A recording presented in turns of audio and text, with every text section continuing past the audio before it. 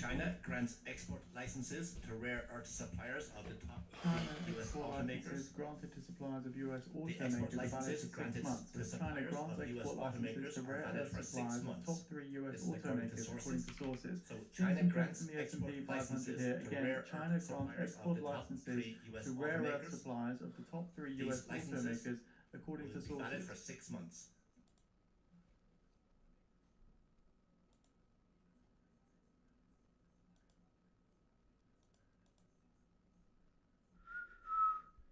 Guys, I'll be here in a minute. I'm just trying to figure out something. I've got the wrong screen showing up. Ah, here we go.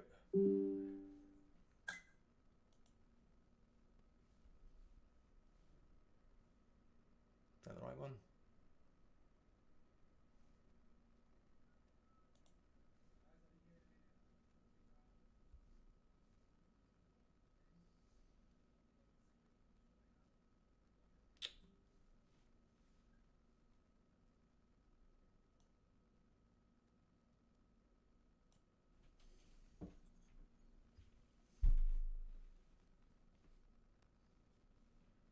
Sorry.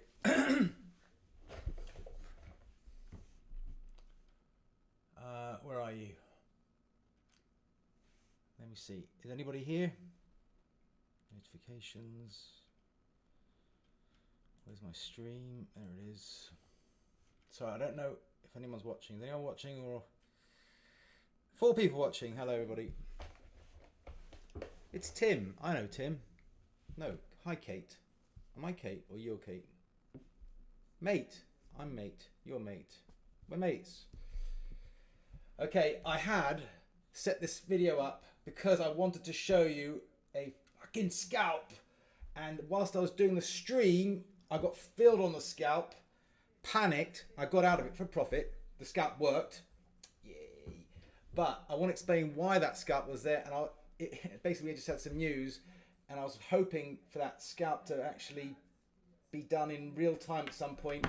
And I would have explained why it worked. But let me just sort out this camera because it's fucked.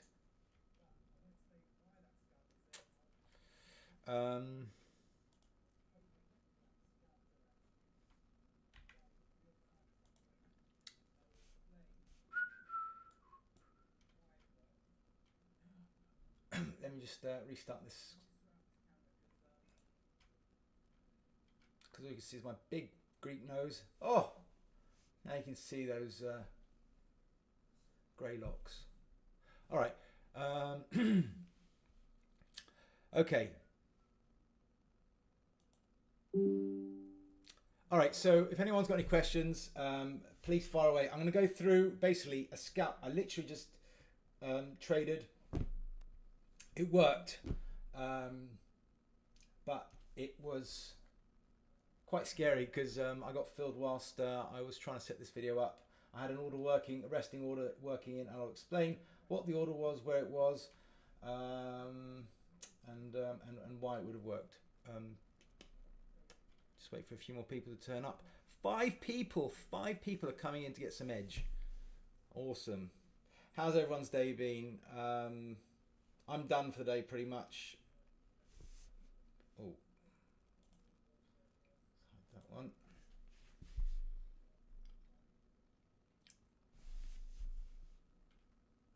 Okay, so we've basically had NFP. Let's quickly go through what happened with NFP. 6 people now. 6 people. Oh, I love it.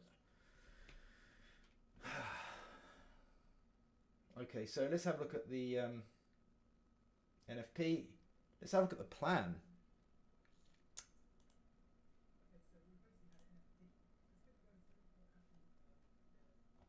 So the plan was basically wanted to stay above the weekly POC 82s. We had a pretty bullish NFP.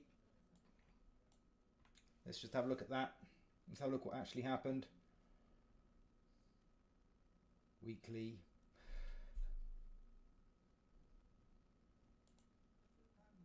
What's going on? Okay. All right. Just waiting for a few more people to turn up, so I'm kind of biding for some time. Can everyone hear me well? How's everyone's day been? 9 people. This is great.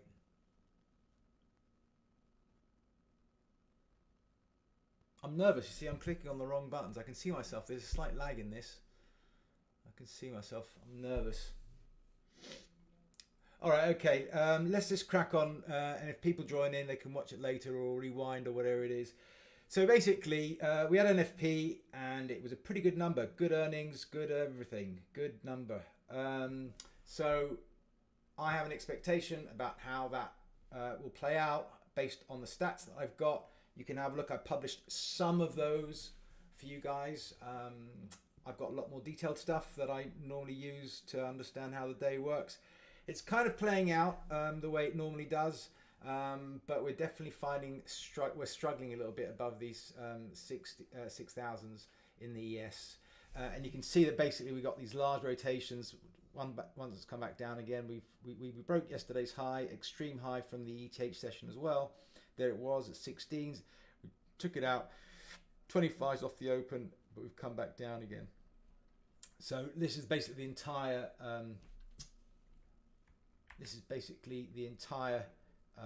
NFP move. So basically from around 70s all the way up to 25. So giving us about 53 points worth of range. And now what's happened is we've just opened above yesterday's range. So it's really important to understand where that is. There's yesterday's range, and we're just basically balancing above yesterday's range, which makes today an island day. Okay. And what does that mean? It means it's choppy as duck. I didn't swear, I used the word duck. Okay. So when you got an island day, definitely off the open, unless you get like an immediate reaction. It's likely if you didn't get a nice big reaction back into value or away from value in the first hour, then we're likely to just chop, and that's kind of what's happening now. We're just seeing this chop. Where's my mouse now? Come on.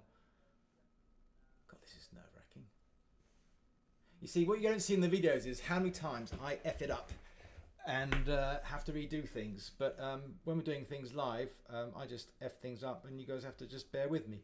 But basically, it's really important to understand what day it is today. I'll just show you what it is looking like on the profiles. Oh, I'm getting that profile up. I'll just get this one up. Got one here. Okay, so this is something for you guys to learn, and this is something to take away. Okay, straight off, there's our range. It is above. There's yesterday's value area. Okay, around 96. We are trading above value. We're trading outside of this prior balance, and we are basically just chopping. And it is, I repeat, is an island day. If you don't know what that is, go and read Jim Dalton's book. I can, if people want, I can post an extract from the book. I've got them in my notes, and these notes are like going back many, many years. So it's really, really important to understand why this is balancing around, what's happening. What's really happening is a bit of profit taking, people trying to liquidate, and there's also people just chasing higher. So, and these are, basically just everyone's meeting up in the middle, and we're getting into a big chop fest. Okay, so opportunities are limited when we've got this. So you want to kind of be looking to fade the extremes. You want to be looking to trade potentially outside in until we see some energy. And I thought we might have seen some there. We just had a comment. I don't know what it was because I was trying to set up this stream. So we missed it. One thing just to quickly note as well, you can see, look at the volumes. The volumes, look, there's the NFP, and the volumes are kind of dying down. They've definitely died down into these lows. That's kind of a good sign for bulls. As the volume dies down into these lows, that kind of means we'll just pick it back up again and take it. Because when the market's dull and doing nothing, this especially this one just tends to go one way, and that's up. So you can just see how these volumes just died off into these lows, and then we just pick things back up again. We're trying to hold above 6,000. Now, I want to just show you a trade that I had prepared, which was basically a short. And I'm going to show you where it was and why it works. and why footprints are great. So this is cumulative delta. So this is your footprint. You've got your delta at the bottom, and this is your cumulative delta on the right hand side. And what this cumulative delta tells me is the net buy sell at each price accumulated over the sessions. So you can see here there was a lot of this. You see this big blue bar here shows me 1,000 net buys there, and then just above it we've got a couple of hundred. They've got a bit of selling, a bit of buying. That kind of counts as that one, and they've got a bit of buying. So this block here, let's just kind of highlight this. See that block there? We've got that big delta there, and then basically got a lot of blue delta. Also, we've got a lot of blue delta above us, right? So all of this, you can just see this whole big block is just idiots buying off the open, chasing high. So basically, off the open, we just chased, rallied up. There it is. Look, there's the open, and we just hang on. I've got a new tool and just remember how it works. There it is. Look at that. Arrows. There you go. So that's basically off the open. We're pretty much opening at the post NFP highs, and then we just carried on going. And then since then, we just started to rotate back down again. And that's just left with a lot, a lot of buys up there. And now you can see since we've hit that high, look how the delta has changed. It's gone to red. Look at the bars as well. You see a lot more red inside those bars. A lot more profit taking now starting to take place. Basically, we've kind of got into a little bit of an exhaustion. And this is kind of what I was saying, how all these buys are met with a bit of sellers in this island day, and we're just starting to rotate. Does that make sense? Because that is real edge. If you guys don't, if you guys understand that, this is a huge part of trading order flow. Okay, you don't need no fancy tools. Pay some indicator £300. This is free. Okay, so this is real edge, but also the thinking behind it. All right. Okay, let's go back to the trade that I had in mind. The trade was a scalp short. I know, the market is exploding higher and I'm going short. But I did say in the note that it was only a scalp. It was a short-term scalp. I don't know how much money I'm going to make out of it. I don't know whether it works or not, but all I know is that I have a good chance of getting something out of it, okay? Hang on, where is it? I want to escape this. So let's just go back to where that trade was setting up. So when I sent out the tweet saying, come and join me for the video, we were trading around here, we really looked dead. And then basically what happened, we had some news.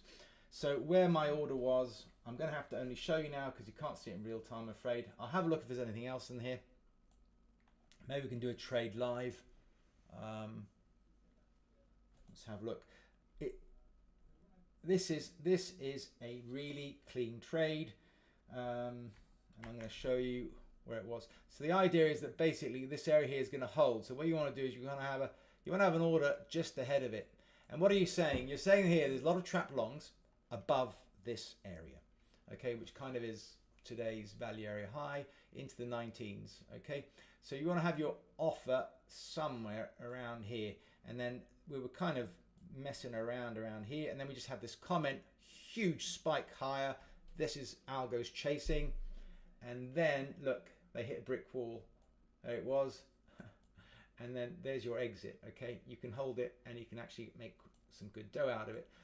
I'll start in the stream. So this is one case of inviting people around to your house when you think nothing's going on, and then you realize that your wife wants some action and you've missed it. Because this was a very good trade actually, and I've really dropped the ball by inviting you all to come and see this scalp. So that's a bit annoying. I panicked out of this because I got filled. I didn't know what the comment was. I just exited it as soon as I could. The reason I exited it as soon as I could because I didn't know what the comment was. I wasn't paying attention to the news. Really, really important to follow the headlines and the news. As you all know, look, I'm always looking at the news. It's a big part of my gameplay. Yeah, especially when you get a big move in the market and a lot of liquidity comes in. You can see where liquidity came in. A lot of aggressive buy delta here, up at 1600 there, overriding sellers in this little chop zone, and then we just fly up into those 1920s, up into the value area high, and then we find sellers, and now we've broken the IB to the downside. This is kind of typical of an island day, right? So we kind of balance out, and then we eventually break to the downside. Let's just have a look how that's playing out right now. There it is. Okay, really important for us to hold these 82s. Okay, we've got these singles from the overnight session as well. The NFP breakout high, that was the high just before going into the number. So I really expect to find some buyers in this area now. Okay, one thing I do as well when we've got a big set of singles, this is a big gap. We're up at 88 and 75, 13 points. Draw a line in the middle. You know, do some fibs. You know, get your 30% either side, and then your 50s as well. And then, you know, look for those areas to hold. I like the 50. I always like the 50. So that's currently where we are. We're kind of just breaking down. Whoops. Any questions, guys? As a strategy, would you tend to play IBL fakes with a bullish bias? No. I tweeted the other day, you know, why bullish bias? Why always a bullish bias? The probability of the market closing up or down from its open is 50-50. Bang on. I've got the stats to prove it. Why is it always, you know, does the market finish up every day? No. Sometimes, you know, you've got to think about, like, how much do we open up overnight? How much do we open, how much is the magnitude that we go up? How much is the magnitude that we go down? That kind of thing. It's not like, it's not linear. It's not, you know, we're not just, upward bias because this market only ever goes up. You know, if you can get caught very, very badly by just taking look below fails. Look at yesterday, for example. Look below fail, you got effed. You got destroyed. Look at this one. Let's have a look at some other days. Look, oh, that one. That one, look below fail. Oh, that's a good one. Also came back down again, but then it came back to take you out. But you had been out by then, so that is a good one. Let's have a look. Let's have a look at these. Look below fail, I below. Oh, you're dead. Look below fail, didn't get one. Look below fail, fucked. Look below here, fucked. Look below here, fucked. Look below I below here, fucked. Jesus, there's a lot of I below, look below, fucked. So, you know, don't ask me questions. Go and have a look at the charts. Correct or not? Yeah? So many people ask stupid questions, but it means that they haven't looked at the markets themselves. They haven't investigated their own question. It's a very simple question. Go and have a look at the charts. And then follow my tweets, because I actually give out the answers a lot of the times, yeah? Have you read Dalton's most recent book? Yes.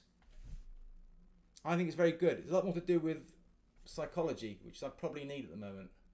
I'm struggling at the moment, trading at home alone.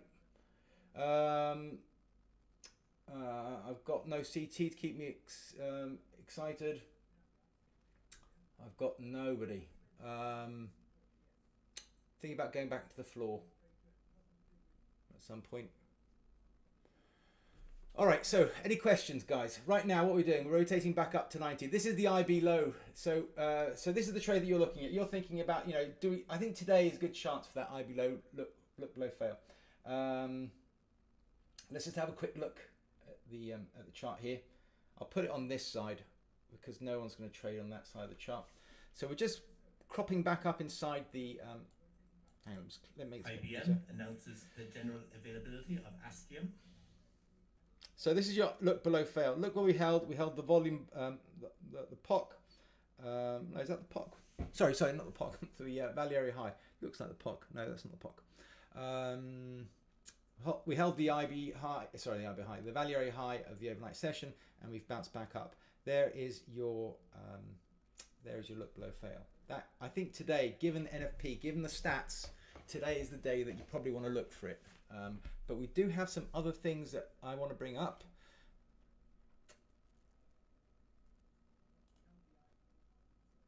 And that's this.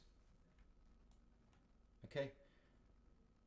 Right, I'm just showing it off an IG chart. If you don't have charts, Open up an IG account and you can get live data of pretty much anything, all sessions included.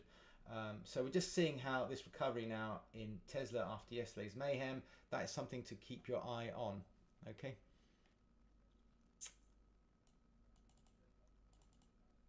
Right. Any other questions? Okay, let's have a look for a potential trade setup. I'm not interested in taking these, these trades now. It's Friday, pretty late in the session. Once I'm done, which is why I called this this session out, I'm pretty much only sitting here waiting for the day to end, and by that I mean the family to get home and for the weekend to start, especially on a Friday. The only trades I will really take are news. We can actually go through a news trade that came out, which actually got really messy, but did give me an in, and I did get filled at a pretty good level, but I had to take a stop to get the trade on. And the trade was that there were increasing sanctions on Iran. Who wants to look at that trade? Anybody? We can go through why the trade works. As somebody who's relatively new to order flow and footprint charts, what do you think is the best areas to focus on? Ladders. Start with ladders. Just stare at the fucking ladder all day long, like I did. I hated it. I used to go home feeling sick. I used to tell my dad, I can't do this anymore. I feel sick. Start off with a slightly stodgier product. Let me think. I think the Eurostoxx is a good one. It's a bit heavier. I think Nasdaq is great once you get to know what you're doing. Let me just quickly run through this. Let's have a look at this. This is basically the ladder. Hang on, I've just lost my charts. This is basically my ladders. This is my NQ, ES, NQ, RTY, YM, oil. So what we're seeing here is the ladder. We're just seeing how this market is moving up and down, bids and offers, how the market is interacting, and actually I'm seeing in real time what's going on in these ladders. Energies is said to be planning I can see all the US executions. Spain Now, renewables. when I start to prick my ears up and go, oh my God, I've got to pay attention, is you see that highlighted blue, when it gets highlighted blue and red, when it gets, when you see a lot of that, okay, that shows me one thing. People are just lifting or selling at market. They're lifting through the bids and offers. They don't give a shit what price they're taking. They are price takers. They are just taking whatever's there and they're lifting it. That is a good sign of something's going on, right? So that's a good tip. Overall, looking at things like reloading, seeing how the market reloads, you can see here also on my ES chart. Oh, I've got it on my NQ. I don't pay attention to it because I don't use it that much, but on the ES, you can just see like the net traded at each price as we're moving up. So you can see here that eights overrid, eight buys overrid the sells, one lot overrid the sells, and so on. It just this one here 16, so that's an important area. A lot of buying went off at 97s, and then now we're just starting to see more and more buying come in. You can see here that where we kind of left a little tail up here almost, now the buy's getting it's running into more selling, so that there's more, but there's also more lifting. What else is there to talk about? But yeah, so starting out on order flow, footprints, yeah, just start off with looking at ladders, and then let's have a look. Let's just put this alongside with footprint, and this is how I would do it. I would just look at ladders and footprints all day long. Now the key thing is, and these are my principles, is I don't like to mess around in the middle. I like to trade my MGIs, market generated information. That is like where the that's where the market is really going to find some liquidity, and that's where I like to do most of my action. I like to take trades away from those areas, those key areas, those MGIs, market generated information. And what is market generated information? It's just information that's generated by, you know, as the market evolves, extremes, where's its POC, where's, you know, these are not subjective values, they are objective values, extreme highs, extreme lows, opens, closes, that kind of stuff. Further funding needs under issuance program. Anyway, only areas I like to take trades outside of, you know, big trades, or no, I like to take smaller trades, scalps, is going to be around, you know, where we've got big imbalances. Okay. Here's another level up here. This is the opening range high, opening range low. So you've got the IB, you've got your VWAPs, you've got your VWAP bands, which I find quite useful. And thank you to Broder if you're watching. Broder's head trader of Mullins. Now, unlike other people, I don't mind to promote other people who actually offer value out there. And Broder, if you don't follow him on Twitter, go and follow him. He is a legend. He actually taught me a thing or two about trading VWAP, and I'm somebody who's been trading for 25 years. So, you know, thank you very much, Broder, for that. If you're watching, I know you're not, but if you are watching and you want to learn from somebody, he's a good person to follow on Twitter. So go and give Broder a follow. I don't mind promoting other people who I find offer value, yeah. And he's definitely one of them. He's a good guy. Okay, so don't mind taking scalps. Okay, what about this little area here? So I kind of went through a short trade up here into the 19s because there's a lot of trap longs. Now, if people are trapped long, what do you expect them to do when the price gets up there? If they've gone offside, they're going to, you know, maybe get out. Okay, they're panicking and they're going to look for the first opportunity to get out, which is roughly where they get trapped. Let's have a look at this as we're moving up into this area here. We've got like this big imbalance here, selling side balance at 606. What would you expect if we came up to 606? A little bit the opposite. Okay, so if we come back up into 606, these are all shorts. They're all short, and as we come back up, you'd expect stops to go off from the upside. So I wouldn't be looking to take the short into this imbalance up here, okay? Because it's a negative imbalance and we're attacking it from the downside, which means longs are pushing higher, and as these shorts get closer and closer to the stops, they'll start stopping out. Now, whether or not that buy still holds, that is also a possibility. So it's a bit of a double-edged sword, but these ones I don't like as much as basically, if I was attacking this from the downside, as we're approaching down into this area here, there was no imbalance, so it's not a trade that I'd be looking to take. Let's have a look, another example as we're moving lower. There wasn't any imbalance to the downside. It all happened because you can see here a lot of volume got done as we stopped through the opening range high, and then we stopped through the opening range low again. So all these negative deltas, you can actually see the exact price and the behavior of the market at each price.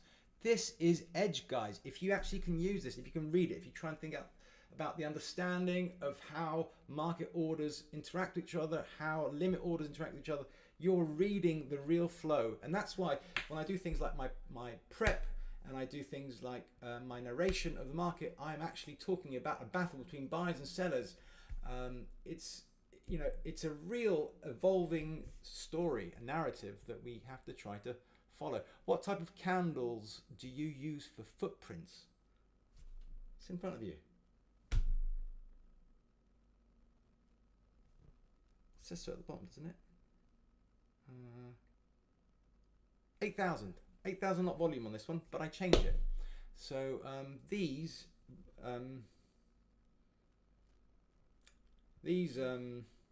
footprints, they're volume bars. And why do I like volume? Because I can see a consistent change in delta. So basically each one of these bars is 8,000. Sometimes I change that depending on how the market is behaving and the volumes that are going through. But basically I can keep a very consistent tab of how delta is progressing in each bar, and that's really important to me as an order flow trader. Other people use other stuff. Things I really don't like are rotation bars. Don't like those things. But yeah, I use volume. Any other questions?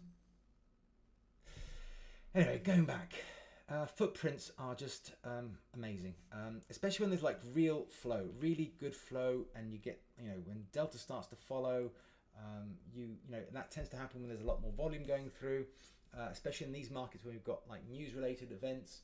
It's really, really important that we you know, it's really important to me, the way I trade, that we kind of follow follow the flow, and footprints are great. What kind of counters use? Have I missed any questions? So we've gone through the ladders. We've gone through what these footprint bars are. Volume. Anything else? I was about before I answer that question, I was going to go through a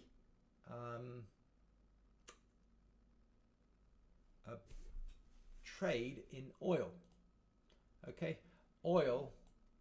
I speak about correlations a lot. Okay, if you couldn't trade the equity indices off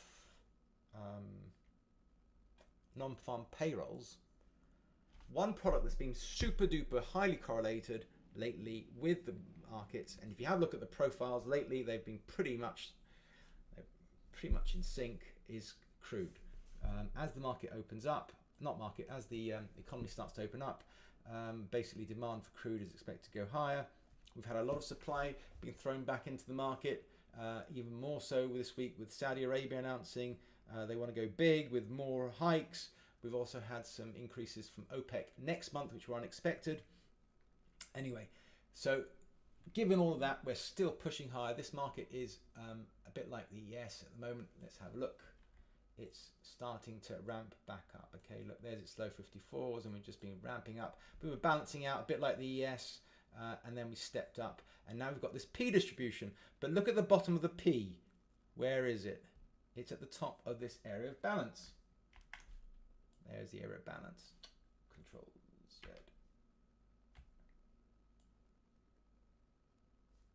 Nope.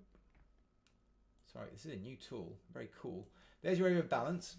And there is the low of the pullback. Now, we had this comment, and it came out when oil was trading around about 30s, and it said, basically, it said, new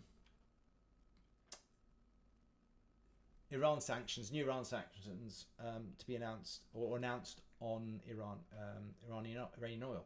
So what would you expect to happen on that? Well, that's going to probably affect and limit supply. So you expect there to be some kind of a reaction to the upside. Okay. What happened? Let's have a look. Okay, so remember these levels here. 64s was the balance high. Okay?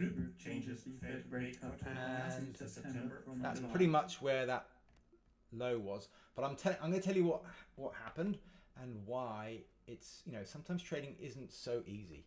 Okay, so I actually got into this trade here. I'm going to explain now where the trade took place. The initial trade was in this area here. I saw this reaction. We pulled back into 29s and I lifted, I think, 32s. I'd have stopped just below here, right? Went on side. I don't even remember it being that much, but it went up maybe 12, 15 ticks, and then it came straight back down to take me out. Why did this market take me out? Okay, everyone's piling in long here. There's the volume. Look, there it is. Okay, volume starts coming in, and as it's moving down, the delta, buyers are being aggressive. They're trying to buy. All this delta here is not only this delta here. Sorry, excuse the school. It will go to rules on 2 p.m. Tuesday. Sorry. Leaders aiming for floor vote later, barring no. So basically, this volume is the spike higher after we broke on NFP. So what I said was, on NFP, you could use this as a proxy. You can actually trade oil. Okay, that's something new. You probably don't do that. I do sometimes. So you can see that we had a pretty nice Pretty nice shift to the upside.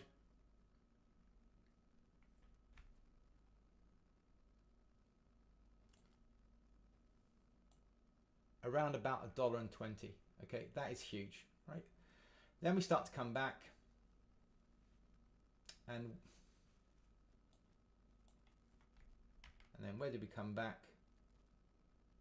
Probably this thing. I can't see my own mouse. Oh, there it is. We come back into the mid and find a buyer again, and that's the trade I took. So I took the trade initially up here, stopped out, and then I took the trade again down here. I think got long 10s. Okay, I wasn't quick enough to get the bottom. I'll have to look at my fills, but I think 10s, 11s, something like that. And I'm going to show you the footprint. I'm going to show you the footprint and then decide whether or not you think that that was a good idea. So, why is it a good idea? One, God damn it, where's that mouse? This is like a, there we go, there's the mouse.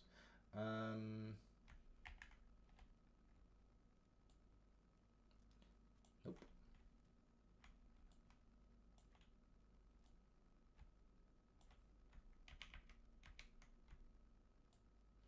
There's the price balance high. There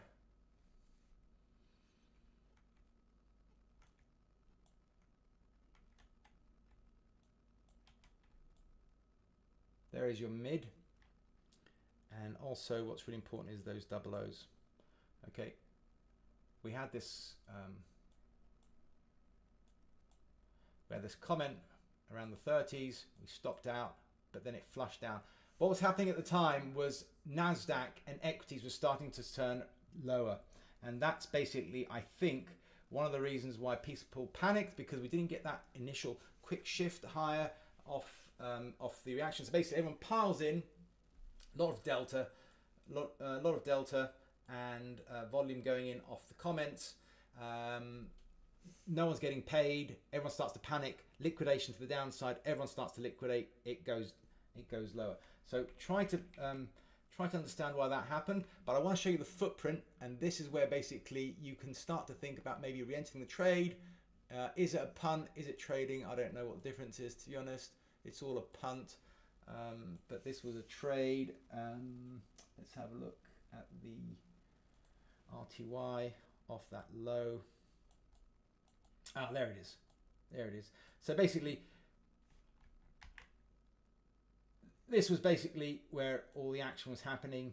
I can't remember exactly what time it was, but basically that was the area where basically everyone started to get long. You kind of went off on side a little bit, and then it basically started to liquidate down very, very aggressively. It felt like some kind of news headline, but it wasn't. But look at that delta.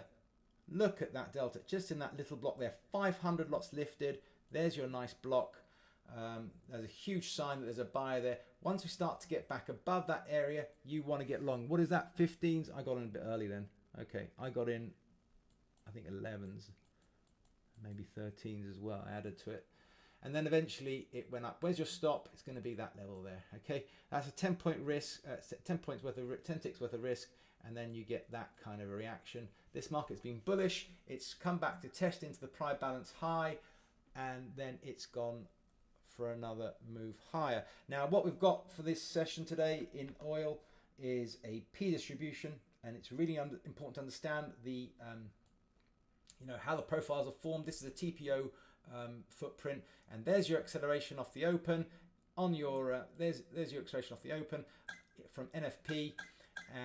We've shot higher, and then basically we're just doing this kind of balancing, and there is your P. Okay, there is your P.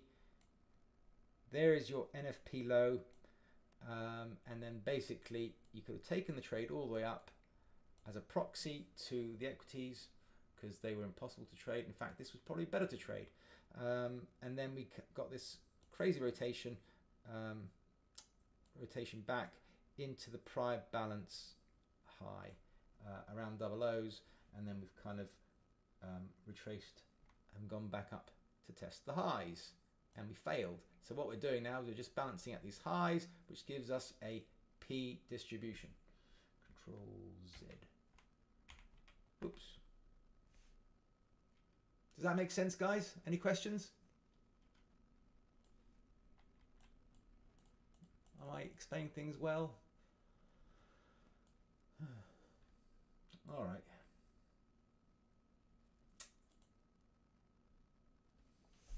Took the same trade. Market dipped into. Okay. Yeah. Did I target the IB high? Is this in? Is it in crude? Is in crude? Yes. No, I didn't target the IB high. Let me just quickly explain why I didn't target the IB high. Oh, someone's at the door. Hang on. I'm going to quickly answer this. Probably. There's your area of balance. Okay. And there's your mid somewhere. Okay. It's just doing this. I got the jitters. Happy to call it a day.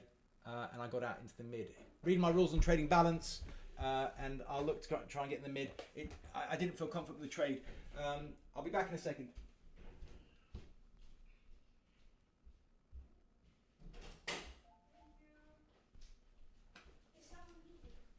And yeah, didn't feel very confident in the trade. I probably panicked. And this is a good, goes to show how, you take a loss on some big size and then you recover your profits and then you do the wrong thing, which is basically get out your trade, where I could have probably taken it for another 20 odd points, but I don't know. I don't know if it's going to go higher, but I was just happy to get some stuff off, recover my losses, because my initial trade was actually on big size. When the comment initially came in, I lifted quite big size. So I got it back with a little bit smaller size, and that's basically what I did. Any other questions?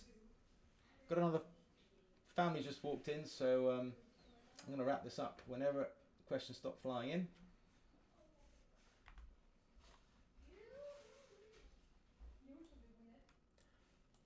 I'll do a little summary.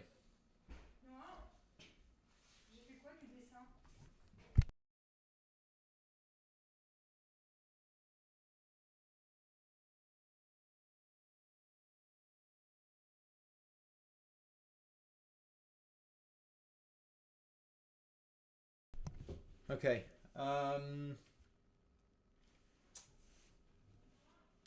Okay, yeah. Tim, basically, when I'm trading balance, I will look to get out the middle. So I recognize that there's an area of balance. We've got P distribution. When we've got P distribution, I'm not looking for it to take out the other side of the P. Probably could have done today because we haven't taken out the IB, and normally that, probabilistically, that happens 90+% of the time. So should have been looking to take that trade, and that's a lovely tail at the bottom if those double O's held in oil. But yeah, I didn't hold it for more. Okay, I'm going to do a quick recap because I think there's some good things to take away from this. Footprints. Look for the imbalances at price. Can give you an edge for at least a scalp. In this case, this was not only a scalp, which basically I think I took off for a couple of points. It kind of went boom and then straight away on side, but I saw the headlines got out. My fault. But basically, it could also be something more. A scalp can always turn to something else. Something else, which is a positional trade, should never turn into some final assembly in the US to ease the tariff hit. A scalp can always turn into something else, okay? But as long as you're not moving your stops, okay? You're not going to start saying, oh, do you know what? I've got into this scalp and it's moved 5 points against me, and I'm going to add more to it, and I'm going to just hope that it all comes back. That's not position trading. That's dollar cost averaging. It's not good. You can do that with spreads though, but not with outrights. Okay, so there's one piece of advice. Is looking at those delta prices. Another thing that I always love to look at is I'm always looking at my footprints, looking for these tails. You see that like that's something I'm always look. This got overrun. This was a news trade. This kind of lifted into news, but then we found a lot of sellers up here, and that's why all these buyers got trapped again. And then we started this bigger liquidation down. So that's something to recognize, because we got that huge lift.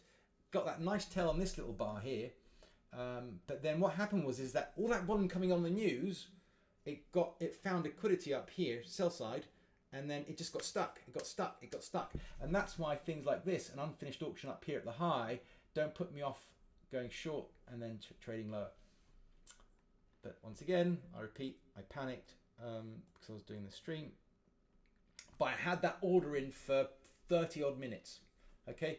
Because I'll sometimes do. There's certain places where in the book I'll have an order resting whilst I'm trading. It could be 20, 30 points away.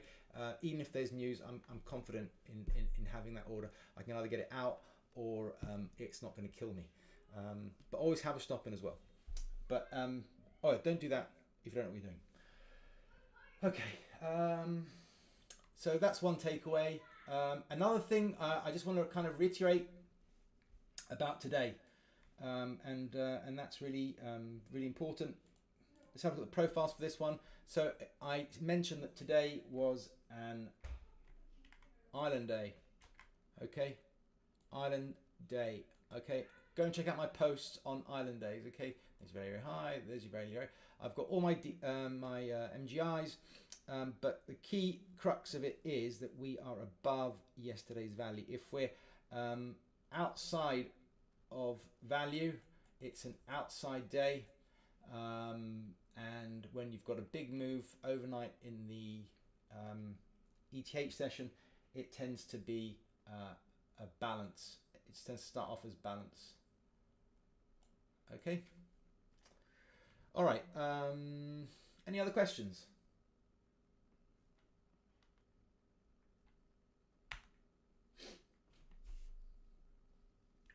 No? I think I've answered all the questions. Okay, it's time to start the weekend, I think.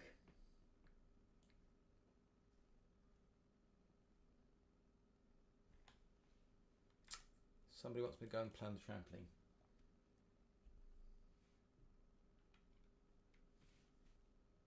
I'll give you one more chance. No more questions? All right. Okay.